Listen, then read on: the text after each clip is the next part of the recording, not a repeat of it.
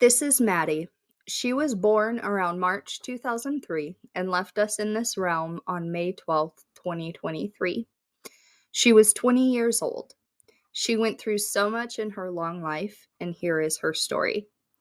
Back in 2003, John's sister Elizabeth and their mother Brenda were at the pound and came across a small female gray kitten.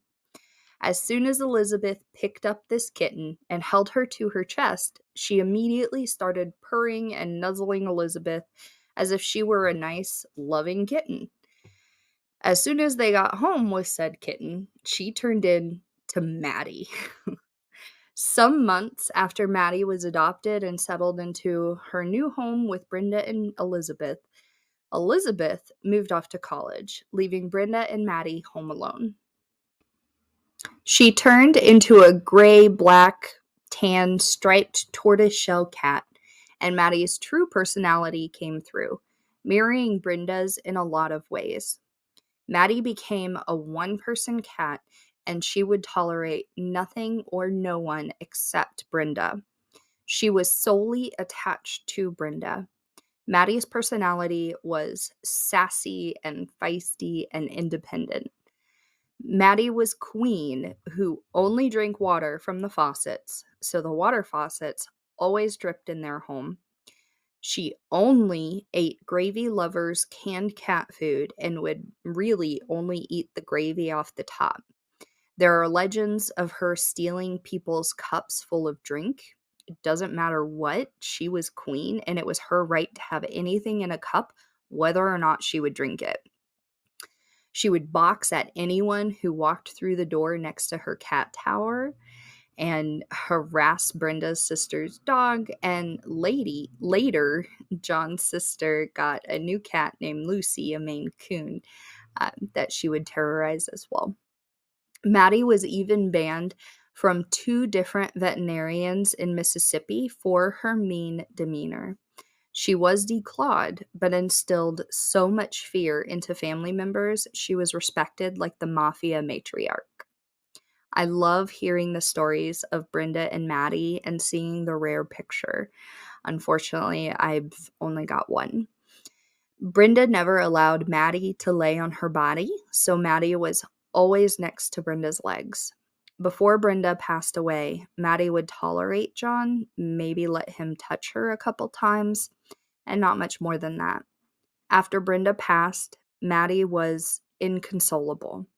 She had to be locked in a room alone for 3 days, and when John would go in to give her food and check that her water faucet was still running, she would scream at him. But after those 3 days and that calming down period, it took years, but Mattie slowly let him comfort her and she him. They found their new normal and love in each other. When I met Mattie, I was convinced she was the spawn of Satan. She yowled, swat, bit if necessary, and just overall hated anyone, human or animal, that was not John. She would tolerate dogs, but she would not tolerate other cats. So when John moved in, it was a big challenge. At the time, I only had Kitty Cat and kitten Sabrina. Kitty Cat ended up hurting Mattie a few times, with the worst him taking a small hunk out of her ear. After this, Mattie became Room Cat. She lived solely in our bedroom, and she had everything she needed. Sometimes she would allow Sabrina to be near her and in her room, and overall somewhat tolerate Sabrina because she was a tiny kitten when we introduced them. At first, Mattie would not let me near her at all, and I'd have to shoo her away from my clothes or where I needed to be in my room with a yardstick if she was there. I had a yardstick, and I would have to move her away from where I needed to be if she was in the way.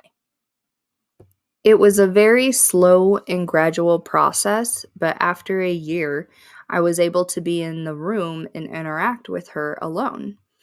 It started out that she would only interact with me or allow me to interact with her when John was in the room, occasionally laying on my legs, letting me reach out and pet her. It took even longer for that to happen when he was out of the room. Then I was able to manhandle her completely since she adopted me as her human too. It was hard for her to have two humans.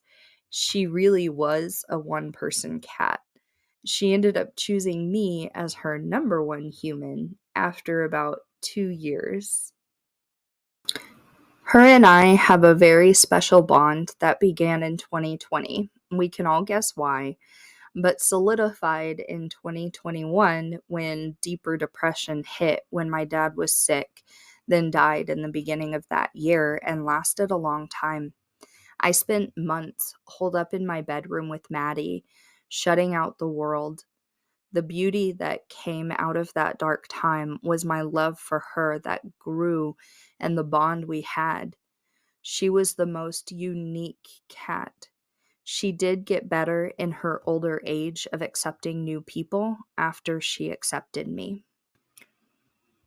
If you are Maddie's person, you will always have her want to be on top of you. John and I let her loaf on top of us as much as she wanted. When you moved, she would come right back to you. She would lay on top of your chest and bop you in the face for more pets, or more common, bop your phone with her face until you pet her. There are many times we were forced to put down what we were doing because she was so forceful. She would make you spoon her, and sometimes she would spoon you. She was often butt cat. When we worked from home in the bedroom with her, she tried her hardest to be on top of you in some way. If she couldn't be on you, she would most likely be above your head on top of the chair. It is very important to have your elder cat's blood work checked at their annual exam vaccination visit because cats will hide illnesses and sometimes it's too late before you know they're ill. And a big way to prevent a big, expensive medical emergency or worse is to have the blood work checked annually. The greatest example I have is mine, but I can give you more. Mattie in 2022 had her regular annual exam, vaccination, blood work just like normal, but that is the year it was bad news. But because we caught her kidney failure before she ever showed any type of sickness signs, she never had any medical crises or crash. She was kept as comfortable and happy as humanly possible, and we worked hard to do so. Over their years together previously, John slowly converted Mattie over to dry food. So for the last year of her life, she was back to eating canned food, gravy, of course. It was a special kidney diet food she needed. Then, for the last several months of her life, we had to give her fluids a few times a week, but to offset the fact that she had to get stuck by a needle and sit still, she got to go back to being spoiled with treats that she loves so much. She got all of her favorite things in those months. Eventually, we recognized that she was ready to go. The hardest thing about being a pet parent is making the human choice for your furmate. There's no right answer. We scheduled her euthanasia for Friday, May 12th, 2023. We saw her declining slowly. She wasn't moving well. She had to have pain medication every day. She was just tired and ready to move on. The hardest part is following through with that, but the strength we held on to was the determination to not let her suffer at all and not hang on for our own selfish human reasons. We could have let her go until she passed on her own, but that would be letting her organs slowly shut down on her, and we weren't going to put her through that. Her last days were spent filled with overwhelming love. Mattie was a unique, beautiful, misunderstood creature, and if you were lucky enough to be her human, you were on the receiving end of her absolute, unconditional love. There will never be another like Mattie.